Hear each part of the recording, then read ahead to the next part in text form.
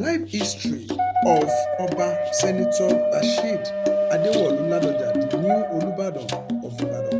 There are some things you don't know about the new Olubadan of Ibadan land. Rashidi Ladoja, often written Rasheed Ladoja, is a businessman turned politician and high chief of Ibadan who rose from engineering and private enterprise to governorship of Oyo State, and after decades in public life and the chieftaincy hierarchy, has been nominated and prepared for installation as the 44th Olubadan of Ibadan land. Below is a narrative of his life, career, political battles, and the path that led to the beaded crown, drawing on contemporary reporting and public records. Early life and education. Oba Ladoja was born in the mid-1940s in the Gambari area of Ibadan. He grew up in a city that was then a major administrative and cultural center in southern Nigeria. He attended prominent local secondary schools, which was Ibadan Boys High School and Olivet Baptist High School. Before traveling to Europe for higher education, Ladoja studied chemical engineering at the University of Liège in Belgium, graduating in the late 1960s or early 1970s. His formal technical training and early professional life would shape his first career moves, corporate career, and business success. After university, Ladoja returned to Nigeria and worked as an engineer with Total Nigeria, where he spent more than a decade. In the mid-1980s, he left salaried employment and entered private business. Over the years, he built interest across shipping, manufacturing, banking, agriculture, and transportation. He became a notable businessman and served on corporate boards, including as a director at Standard Trust Bank, which established him as both wealthy and well-connected in Oyo and national circles. Contemporary profiles describe him as having amassed significant business assets while maintaining a reputation for modest personal living in some accounts. Early political involvement and in the Senate. Ladoja's political involvement predates his 2003 governorship.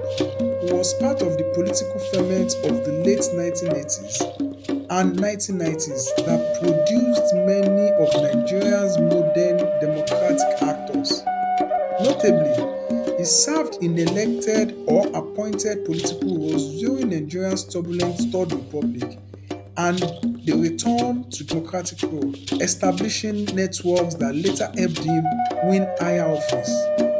Records show he had earlier electoral experience, including a Senate role in a short-lived political arrangement of the early 1990s. Governor of Oyo State from 2003 to 2007, a term of promise and conflict. Ladoja was elected governor of Oyo State in April 2003 on the platform of People's Democratic Party and took office on 29th of May 2003. His election was supported and powerful by local political actors. In particular, he is widely reported to have had the backing of Lamidi Adedibu, a dominant PDP power broker in Ibadan politics. That alliance proved politically useful and also politically costly. By 2004, Ladoja and Adedibu had fallen out sharply over appointments and distribution of patronage, a dispute that would consume much of his time. In January 2006, the Oyo State House of Assembly impeached Ladoja and sworn in his deputy, Christopher Adebayo and Lawo Akala, as governor. The impeachment triggered court battles and street-level tension between rival political factions. Later that year, the appeal court and untimely the Supreme Court overturned the impeachment and declared it unlawful, enabling Ladoja to resume office in December 2006. A His time as governor is therefore remembered as one of reforms and initiatives, but also bruising political fights that exposed the depth of intra-party patronage politics in southwestern Nigeria. After his restatement, Ladoja completed the remainder of the term that ended in 2007, but he struggled to consolidate a stable political base inside the PDP. Subsequent electoral bids for the governorship under other party banners, including the Accord Party, did not succeed, and his relationship with various national and state parties evolved over ensuing years. Post-governorship controversies and resilience. Like many high-profile Nigerian politicians, Ladoja faced legal and financial scrutiny after leaving office.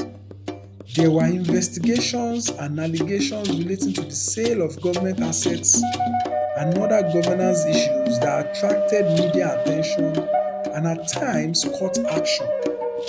He was arrested by anti-graft authorities in the late 2000s related to allegations concerning proceeds from share sales during his administration, a matter that played out in the courts and press.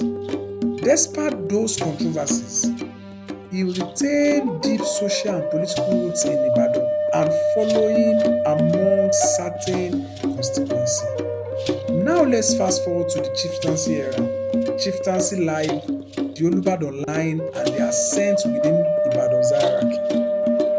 Alongside his national political career, Ladoja was a prominent figure in Ibadan's traditional system.